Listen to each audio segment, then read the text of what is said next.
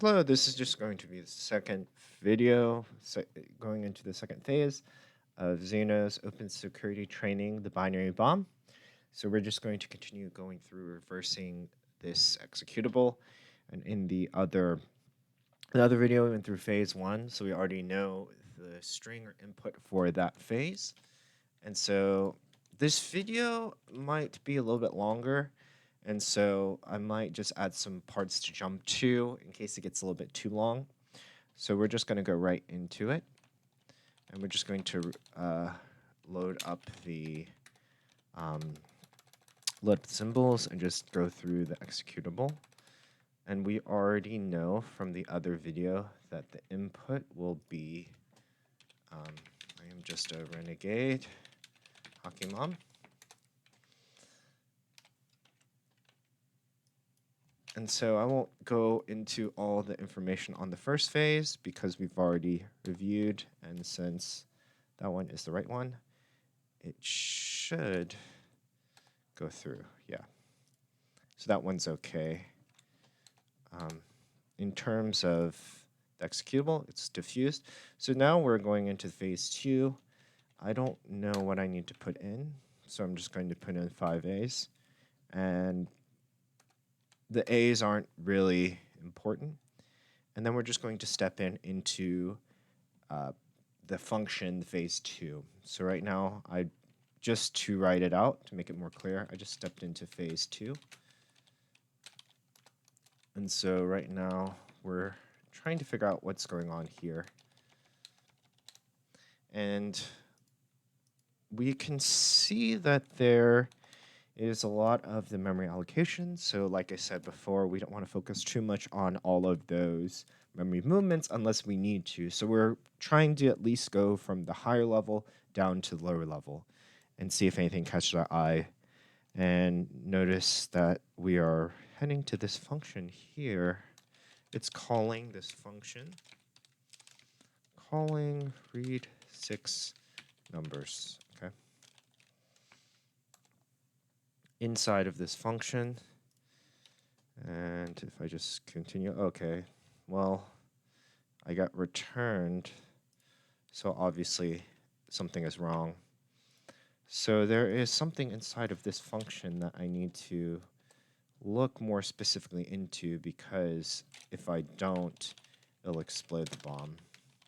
And there's something inside of here that will explode that bomb. So we'll restart, reload the symbols, go back here, like I said before. And apologies, I don't know how to just read the input as input file, because if you have input file, you can just automatically skip a lot of this manual step. So if you know, definitely let me know. So we're just going to go ahead and do the same thing. And like before, we have a phase diffused. And before, we had all of parts of phase one done already. So I won't repeat all the stuff that we have here. We're focusing on the next phase. Phase two, which is printf, print message.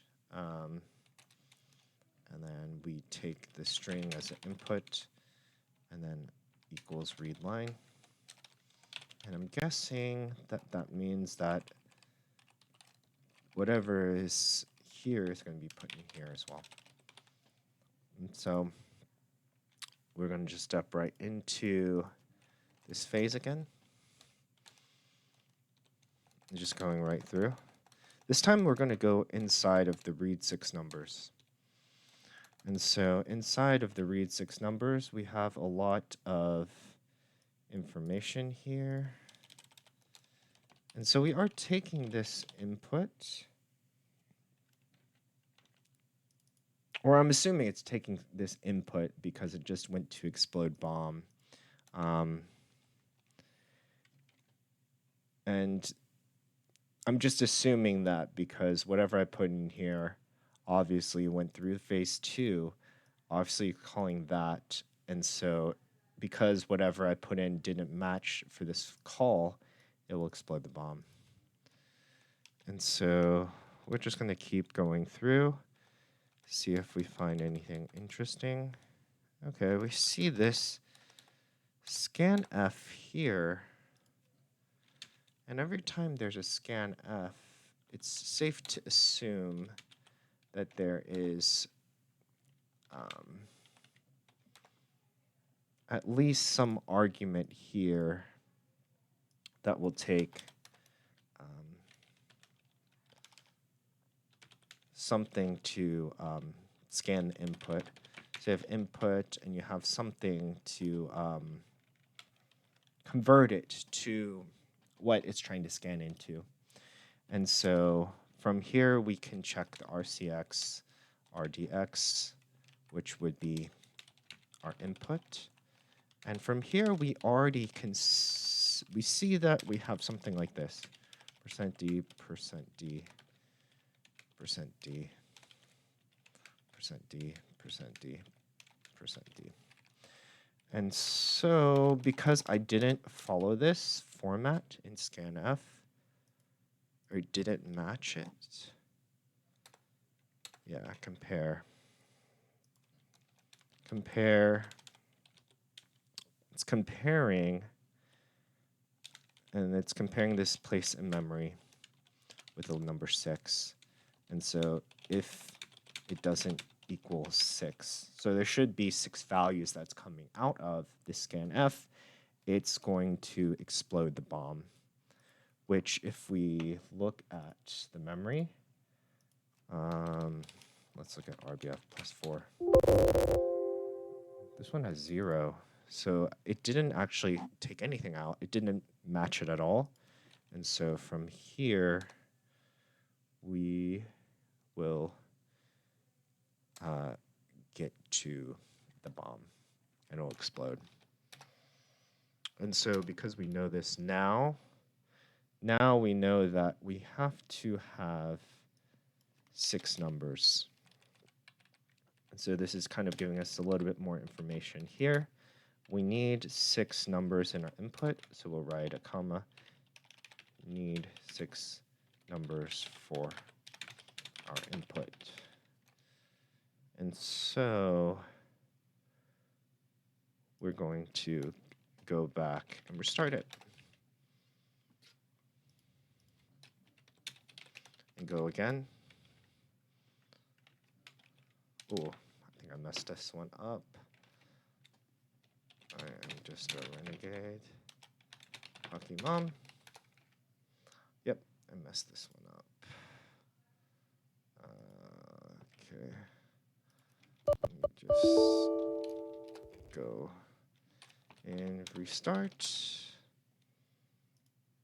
I forgot to reload the symbols. Reload symbols. Breakpoint main. Go.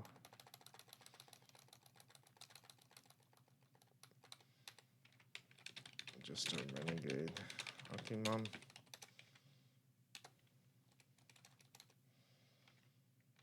So this time, since we know that needs 6 numbers here, or else it will explode. And so if scanf is not equal to 6, then we'll just explode bomb. And so this is kind of rough draft. This is what it looks like. If it doesn't equal that, then we'll blow up the bomb. And it's taking that string that we got from input. And so from here, let's just put in something like 1, 2, 3, 4, 5, 6. Just so we can test it since we're not fully aware. And so if this is right, we're not going to step through. We'll just see. Okay, that worked. And so we at least know that it needs to have 6 numbers for input. Take it to the input here. It at least passes through here. And so now we're going through here, and we're continuously looking through what's going on here. And so compare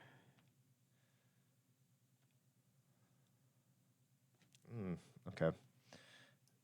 So I already noticed something interesting here. There was jump. There was a jump here. Jump.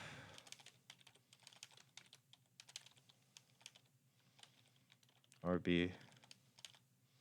Compare RBX, RBP plus REX plus 28H, and then 1.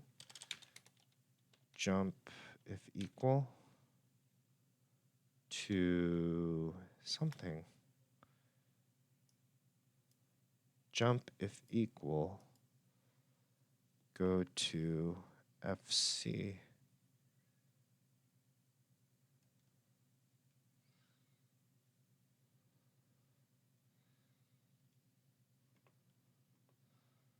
And so if it's equal, we don't explode bomb. Jump if equal. So if equal, we don't explode bomb. So we should check this one out and see what is at this memory already.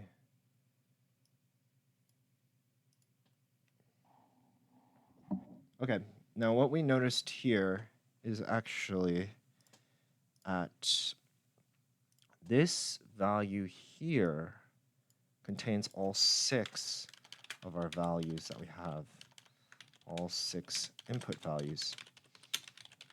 If we check in our memory here, we have 1, we have 2, we have 3, we have 4, we have 5, we have 6. And so if I know that, it's comparing the first value with 1. If the first value is 1, if first value is not 1, then we explode bomb. And so we know that from the very beginning. So out of the 6 values, if the first one is not 1, then explode.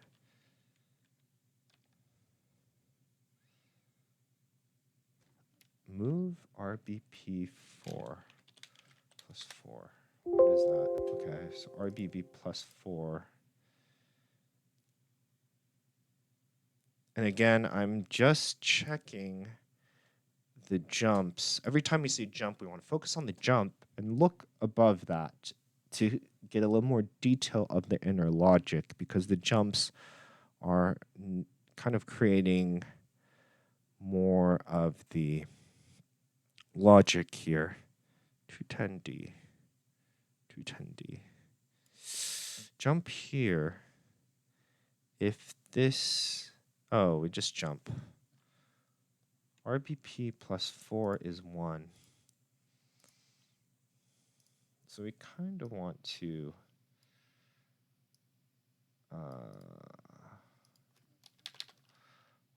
RBP plus 4, 1. Moving that value into 1. So we compare with 6. RBP plus 4 is 6.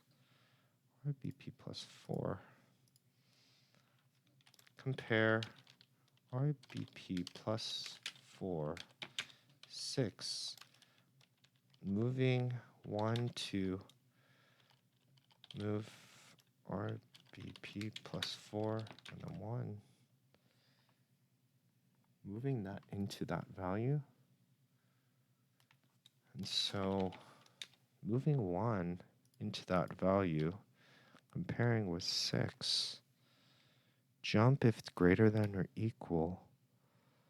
So we can exit.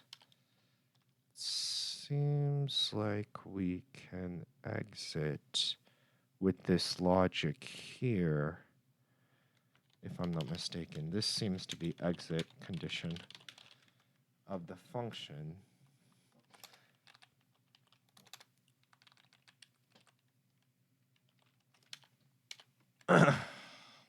And it's getting messy, so I'm just going to move some things around.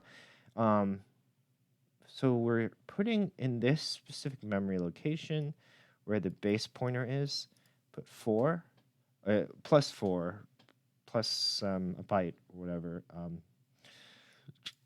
Put 1, we're jumping to some other part of the function. So jump to some part of the function. If it's 6, then we can exit the condition. And so decrement ECX, DA ECX.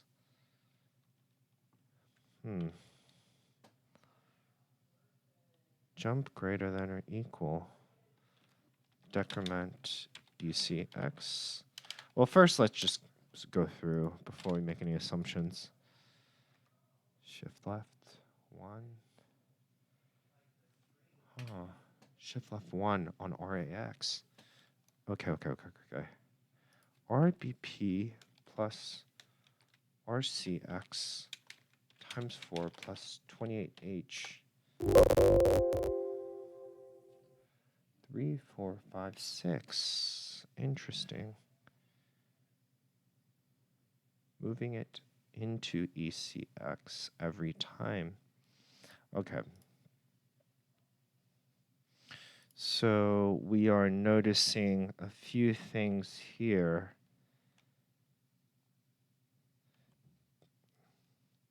There is some sort of there's something that's happening here, at least. Some kind of logic in this jump that's continuing over and over again. Decrementing ECX, shift left ECX by 1. Shift left is equal to times 2 to the n.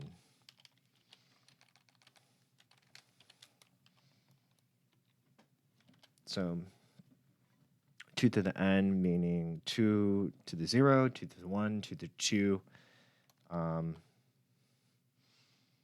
And so if we're shifting left by 1, we're just multiplying it by 2. Multiplying something by 2, we have something like a compare RBP plus RAX times 4 plus 28H.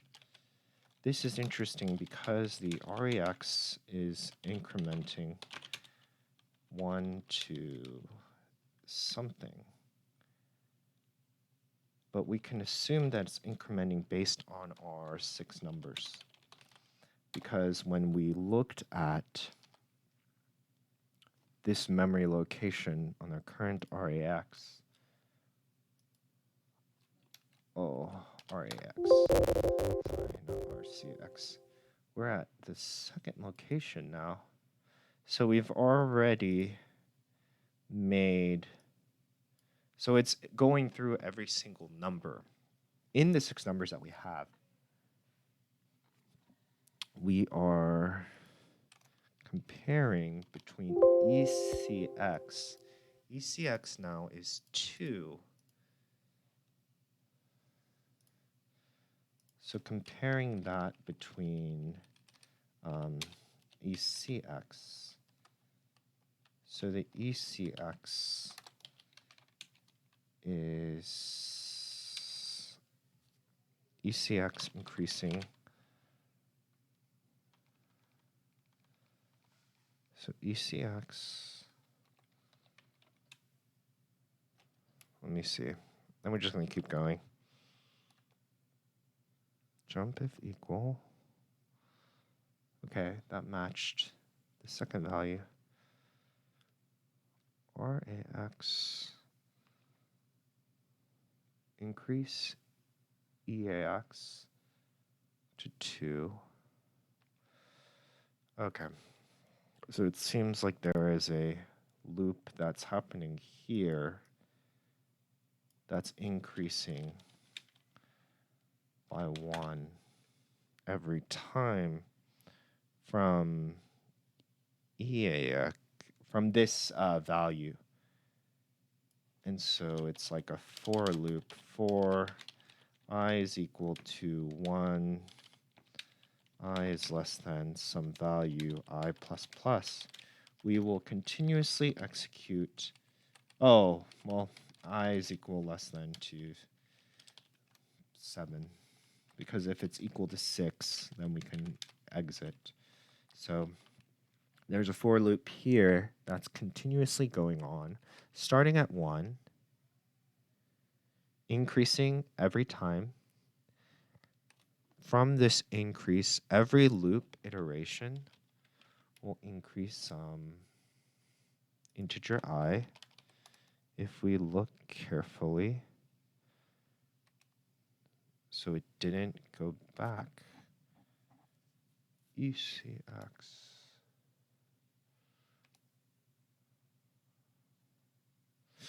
ECX.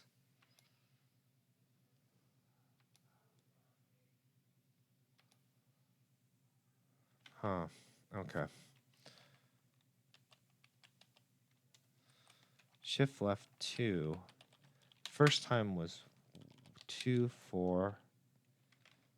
Comparing it now against this value of RAX times 4.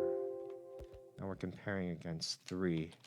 4 and 3 in our loop here. ECX incrementing. So now it won't work since we see, yeah, it doesn't work. So we've already gotten a few things from here. There is some value. I think it's like this. I equals times 2. Well, no. We have some other integer, like integer compare equals to 1.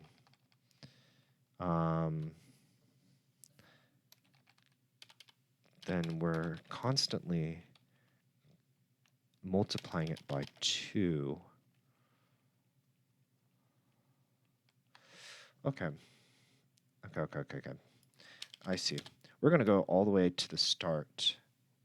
Right here, we have, it seems like it's something like this.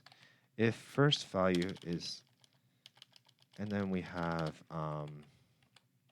just say our scanf input becomes this value of int 6. Yeah, equals like our input.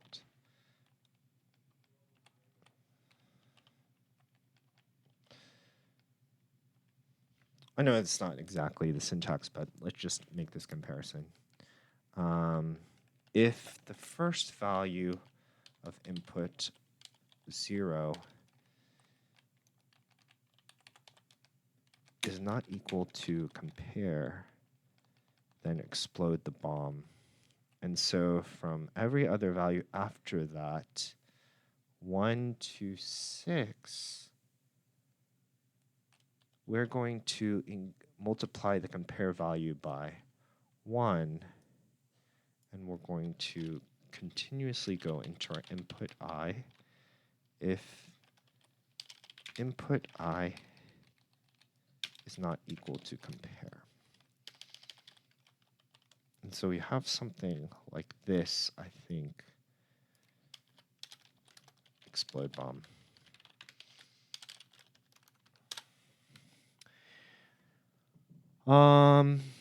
Okay, so since we have something like this, 1 times 2 is 2, 2 times 2 is 4, 4 times 2 is 8, 8 times 2 is 16, 6 times 2 is... So we're following this logic here. We know then that the comparison is probably following something like this idea of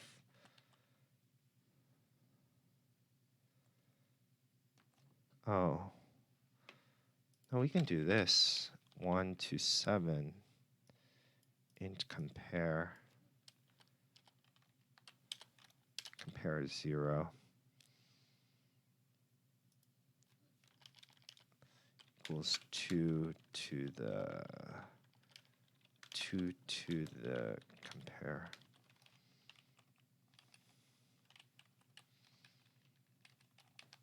Be like this, xp int compare x 2 to the n. I think it's something like this. This is not exactly the logic, but this is kind of what I'm thinking of. 2 to the n. First compare is 2 to the n, 2 to the 0 is 1, 2 to the 1 is 2, 2 to the 2 is 4, 2 to the 3 is 8, 16, 32. And so it's iterating through all of the values here in input. 6, 6, so it actually could just say length of input here to make it look a little bit better of the syntax. Here, comparing those values here, if they never match in that sequence, 1, 2, 4, 8, 16, 32, if it doesn't match with that compare value, then we will explode the bomb, and then we'll do n plus equals 1. And so we're incrementing every time that value of n as well as I. So I think this is it, but we're just going to go ahead and restart it and see if this follows this logic here. Oh no, it messed up. Okay. Which happens sometimes. Let me just reopen it.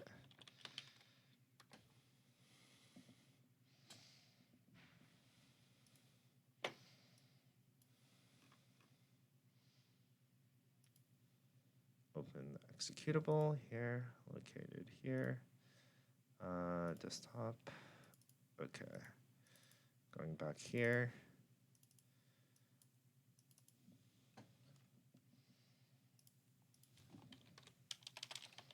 Reload F, main.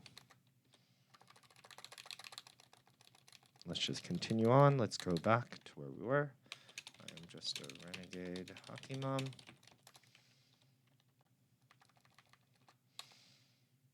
And we're just going to test this hypothesis since we're not 100% sure. Read 6 numbers, goes past that because that's not going to mess it up. Compare 1, RBX, RBP plus REX plus 28H. Let's go here. And let's look at it through hex. So it is comparing the first value here. So at least we know that the first value is being compared. So it's not necessarily in the loop. It would be more like input 0 if input 0 is not equal to 1, then explode bomb. And so that's probably closer to, yeah, this is probably closer to what the logic is. It's comparing the first value here. If the first value is not equal to 1, which for this one it is, jump. Okay. And then we're going through seeing if it's equal to 6. So it's comparing the length of this input, which is 6. Yeah. Yeah. And so we're just going through the values here. Jump if it's greater than or equal to. Decrement ECX. Decrement go to 0? Huh.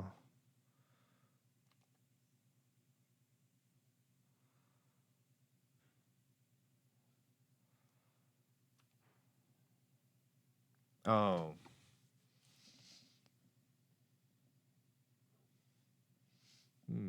Decrement. Shift left.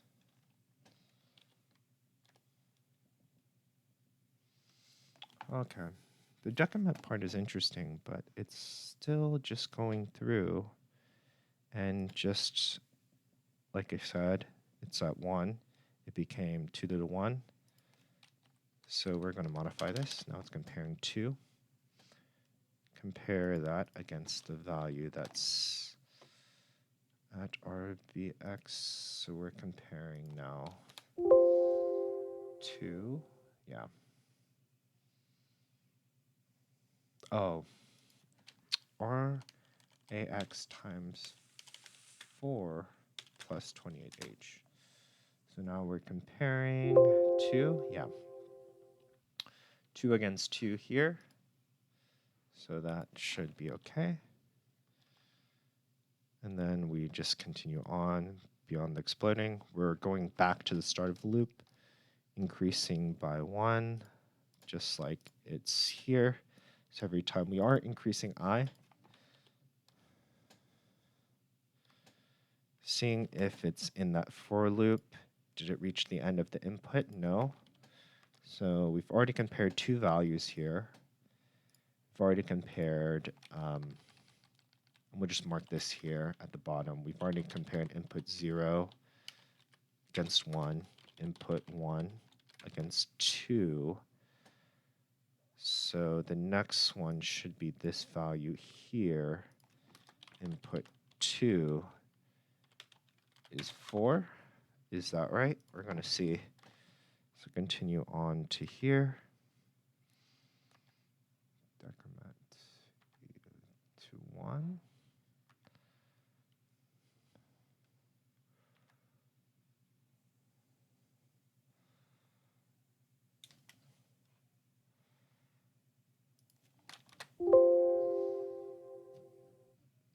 Okay.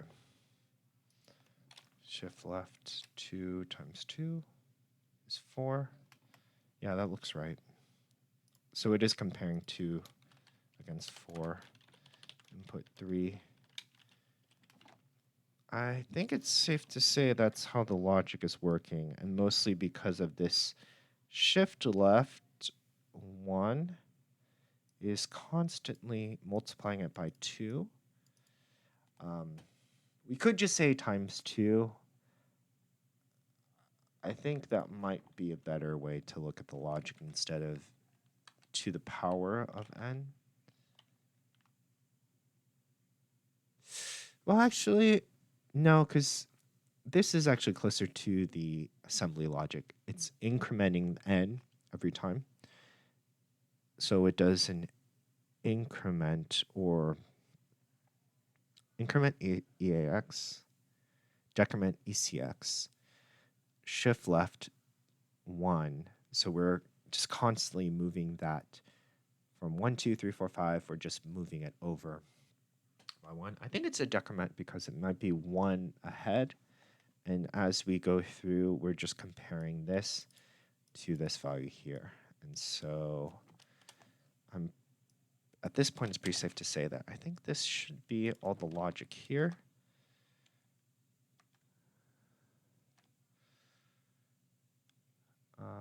EX. We go to the next value. It's not 6 in the for loop, meaning it's not the end of the input array.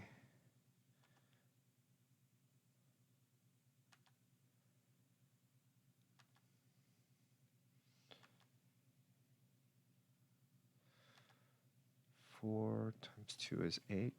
Okay. Yeah. I'm pretty sure it's safe to say it's this. and at this point, since think I have a good grasp of what's going on here, at least for this phase 2, I can just, instead of reading on through every single input, I think it's like input 6. Really bad. And this code part. Okay. So I already have phase 1. Print the message, read line. So instead of continuously going through, we can just forego this, and let's try and just execute this function and see if our hypothesis is right.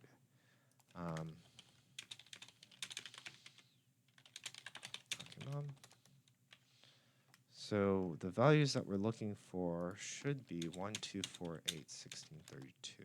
Okay, that's right. And so we have this idea that whatever we're reading has to be these 6 numbers. If it doesn't equal 6, it'll explode the bomb. Then it's going to create this array that we're reading from every single time. Compare the first value to 1. If it's not 1, explode it. And then we have this loop here that's continuously going to the length of the input, which is 6, starting from 1, creating this kind of comparison, shifting 1 over. 1 to the power of 1, 2 to the power of 1 is 2. Every time comparing this value here to the value in an array, so this should be input 1, that should be 2. If it doesn't match, then it'll explode the bomb. So in theory, starting from this second value, it should look something like this. Since we already compared the first value. So it's 2, 4, 8, 16, 32. If it matches up here all the way to the end of the input, then we have entered the phase to fuse. And so this one is a little bit of,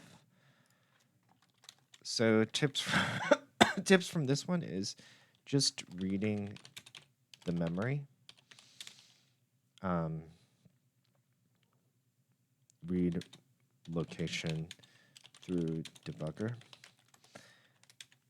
So good tips from this section, just testing assumptions.